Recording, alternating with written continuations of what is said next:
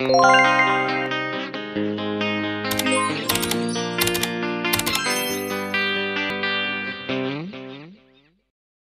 today's video ay magre-refill tayo ng ink ng ating Epson printer kasi ayan na, nasa low na ang kanyang ink.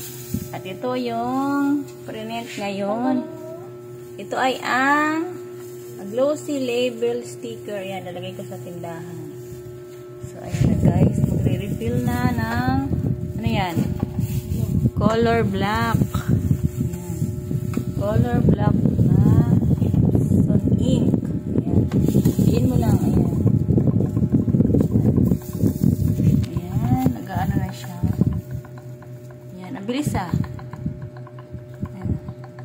Tapos magkukusa naman siya mag-stop pag puno na, diba? So, ito na guys. Ang nabili naming printer. Ayan. Katas ng 13-month pay ni Mr. Makabuluhan ang kanyang 13-month pay. Pwedeng magamit pang negosyo. Yan.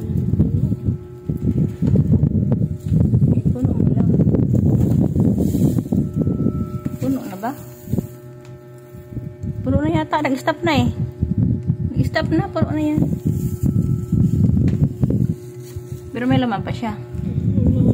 Wala na laman? Wala na. Hindi naman yun magkatapon pag ano eh. Doon lang yan. Isa naman.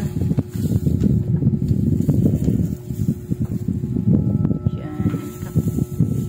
Tapos lang namin mag-print. Ito guys, ilalagay ko doon sa estante ko sa mga biscuit ko. Kasi hindi kita. Ilalagyan ko sa harapan ng label sticker. Yan. Ang kagandahan ng my printer.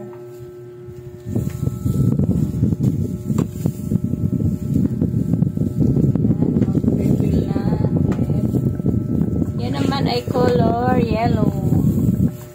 4 colors to guys. Black, yellow, magenta, and ano yung isa? Sayang? Sayang. Ayan. 4 colors. Isang ganyan pa yun. Ito pala guys ay nabili namin sa halagang 13,500.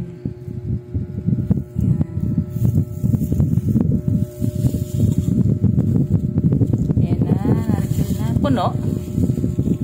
Free ink siya guys. Yan yung free niya na ink. Nung kasama yan sa binili. Pagbili ng printer. So, lagyan mo pa yung dalawa. Ayan. Black, yellow, maroon, or magenta. Magenta, and cyan.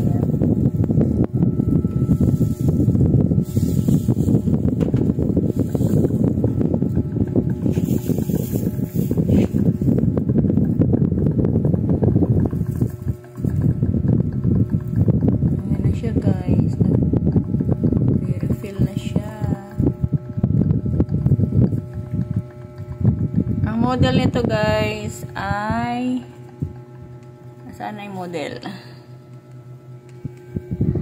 Epson L5290 ata yun, no? Epson L5290. Puro na, nag-stop na. May laman pa. Parang nag-stop na.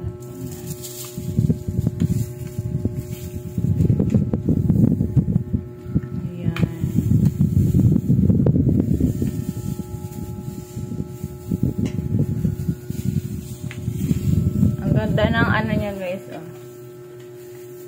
Ang ganda ng color niya, oh. Ayan, sticker siya. So, ito na yung last one. Na ink. Ayan. Puno na yung tatlo. Ayan.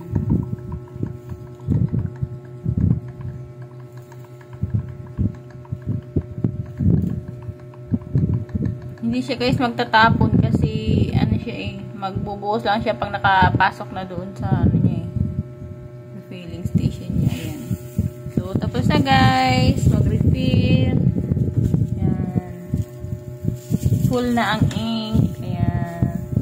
Thank you all guys for watching. Bye bye.